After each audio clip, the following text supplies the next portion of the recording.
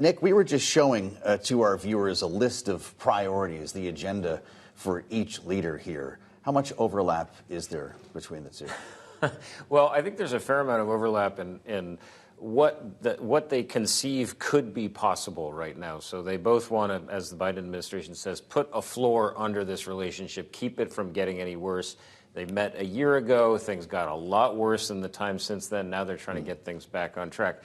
The question for me is, okay, well, what can they actually do? Yes, I mean, this was a few hours of meetings.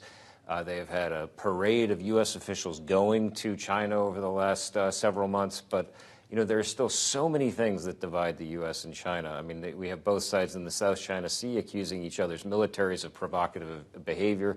That's only getting worse. A lot of these tariffs remain in place.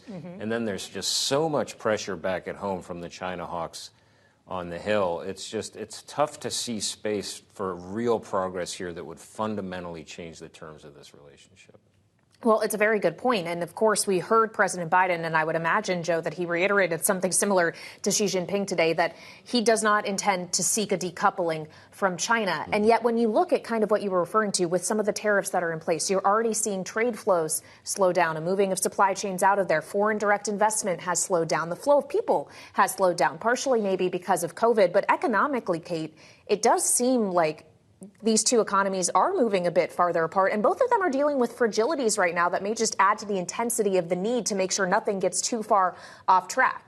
Sure. Well, I think, certainly among economists in that space, there was just a huge realization during the pandemic, right, about how reliant the two countries are on each other and the two countries' economies. Even just, I think it hit home for regular people, right? The things that they were used to buying and getting so quickly from China that were suddenly no longer available or took much longer. And those are the kinds of trade issues that I think resonate with people, resonate with regular Americans. And it's why this sort of populism, as Nick was mentioning, the China hawks really have a strong voice right now, I think in part because of those reasons. So sure, a lot of companies and businesses are looking at ways that they can lessen the impact of something like that if it ever happens again. So there's a little bit of decoupling, but they are still so reliant on each other. It's hard to see a meaningful change in terms of the economic reliance and relationship. Well, President Biden must be taking some solace in the fact that it appears we're not going to shut down the government at the end of this week. He's focusing on the matter at hand. And we may as well talk about what's happening inside the Capitol, where House Speaker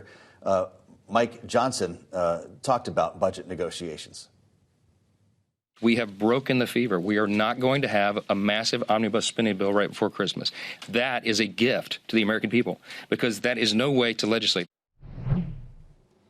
So still a lot of questions, though, about what happens after we get past the next hurdle here, Nick. And a lot of folks are asking about the supplemental budget request that came from the White House weeks ago now for funding for Israel and Ukraine. I know there are senators who are saying they might be able to get something back together before the end of the year, but it's entirely likely we're going to be here in January talking about this, right? I mean, this is the challenge. They put more than $100 billion in that supplemental request, most of it for Ukraine. Right now, the indication is, maybe they would be able to do that Israel money first and then Ukraine. But, I mean, if you're Ukraine and you need these munitions to fend off Russia, I mean, there really is no indication that Congress is going to be able to pass this anytime soon. The Pentagon refuses to say when they will run out of money. We know they have said they have about $6 billion left over in equipment to be able to send to Ukraine.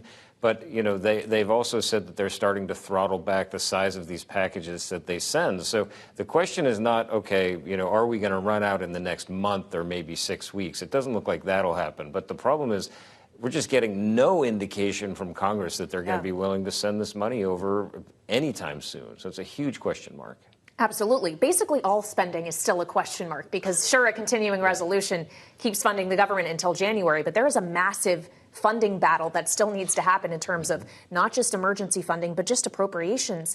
And we know a lot of conservatives, Kate, want to exercise more fiscal restraint because we do have a very large U.S. deficit. It is something ratings agencies are now paying attention to as the fiscal trajectory of the United States. So ultimately, what happens in these spending packages could really matter for the creditworthiness of the United States, depending on what they agree to. For sure. I mean, I think the issue that we've seen time and time again, I think it's very appropriate that this shutdown next sort of deadline would be around Groundhog Day, because it certainly Right? feels like that, right? I mean, it's the same conversation, but I think the fact is that non-defense discretionary spending levels, as a share of GDP, have really come down a lot, and it's on the revenue side where you're seeing this problem this year, at least, on deficits. So I think that there is probably a important conversation to be had about fiscal restraint and where we can trim some spending, but it's really you're going to get the most bang for your buck in areas that lawmakers on both sides don't want to touch: Social Security, Medicare. So I think that they're going to continue to face a challenge of identifying places to cut where they can get bipartisan support. That's always the challenge, and it's still going to be a challenge in January.